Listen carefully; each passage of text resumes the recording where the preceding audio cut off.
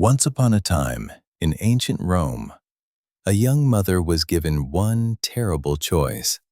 She could lie and live, or tell the truth and die.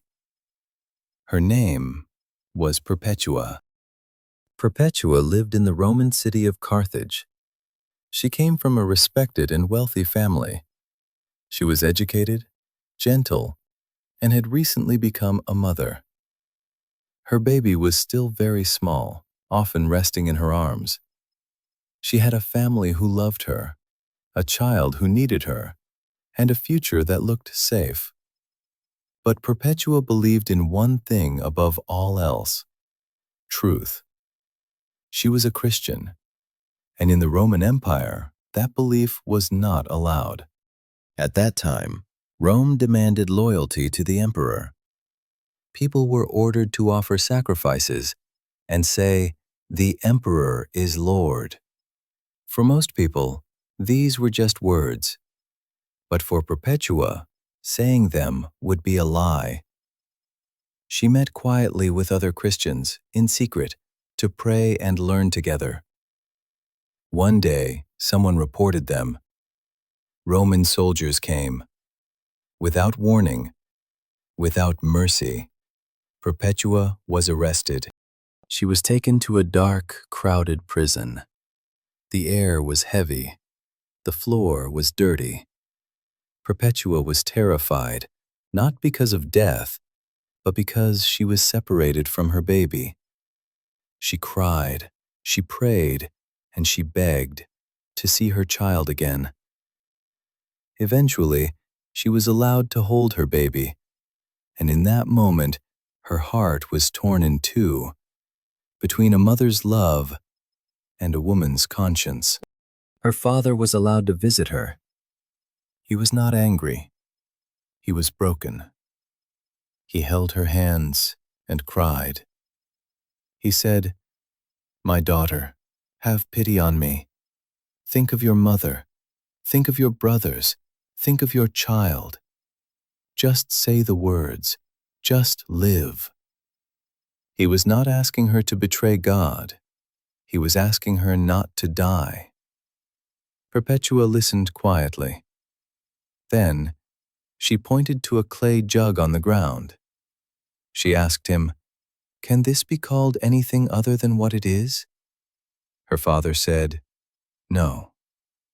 She looked at him gently and said, "Neither can I be called anything other than what I am, a Christian." Her father heard those words and left in tears.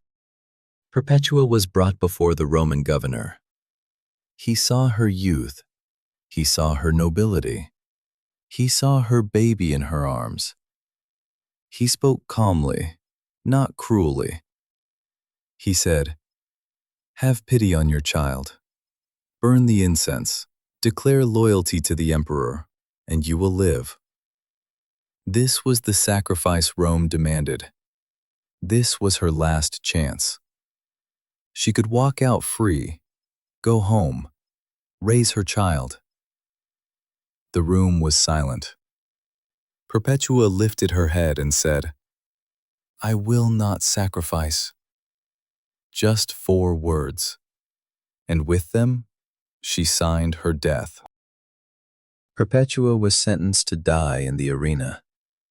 She was afraid. She prayed. But she did not change her mind. Because fear could take her life, but only she could give up the truth. On the day of execution, Perpetua walked into the arena. The crowds were silent, watching every step. Suddenly, wild animals were released: a lion, a leopard, and a wild bull. They lunged and roared, but Perpetua stood her ground. She was thrown to the ground, injured and bleeding. But she rose again. She fixed her torn clothing, not out of pride, but out of dignity. She would face death as a human being, not as a broken body. A soldier approached to end her life. His hands were shaking. Perpetua's were steady.